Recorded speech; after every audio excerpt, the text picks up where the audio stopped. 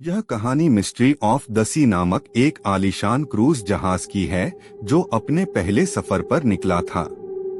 सैकड़ों यात्री समंदर की लहरों का आनंद लेने और एक शानदार यात्रा का अनुभव करने के लिए इस जहाज पर सवार थे। हर तरफ खुशी और रौनक थी, लेकिन चौथे दिन से माहौल बदलने लगा।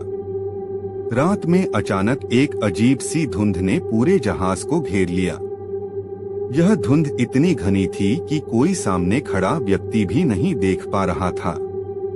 जैसे ही घड़ी ने आधी रात के 12 बजाए, एक खौफनाक चीख गूंज उठी। कुछ यात्री अपने कमरे से बाहर आए, लेकिन अंधेरे और धुंध में कुछ भी दिखाई नहीं दे रहा था। हर कोई घबरा गया था। एक महिला ने कहा कि उसने अपने केबिन के पास एक अधजला नाविक देखा, जिसका चेहरा भयानक तरीके से विकृत था। उसके कपड़े पुराने और फटे हुए थे और उसकी खाली आंखें सीधा महिला की ओर देख रही थीं। महिला चीखती हुई दौड़ पड़ी, लेकिन जब उसने दूसरों को बुलाकर उस जगह पर देखा तो वहां कुछ भी नहीं था। अगली रात एक बच्चे ने बताया कि उसने डाइनिंग हॉल में एक पुरानी ड्रेस में एक महिला को देखा। वह अकेली बैठी हवा में धीमे धीमे बात कर रही थी। जैसे ही लोग उसके पास गए, वह गायब हो गई। धीरे धीरे पूरे जहाज पर ऐसी खौफनाक घटनाओं की कहानियां फैलने लगीं।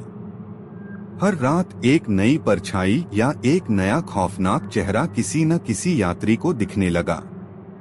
जहाज के कप्तान ने यात्रियों को शांत करने की कोशिश की, लेकिन एक रात उन्होंने खुद डेक पर एक अजीब साया देखा। वह पुराना नौसैनिक उसके पास आया और धीमी गूंजती हुई आवाज में बोला, यहाँ से चले जाओ, यह पानी हमारा है। कप्तान ने तुरंत जहाज को वापस मोड़ने का आदेश दिया, लेकिन धुंध और लहरों ने जहाज को अपनी गिरफ्त में ले लिया था। कोई नहीं जानता कि उस रात मिस्ट्री ऑफ द सी के साथ क्या हुआ, लेकिन अगली सुबह वह जहाज समंदर में कहीं भी नहीं मिला।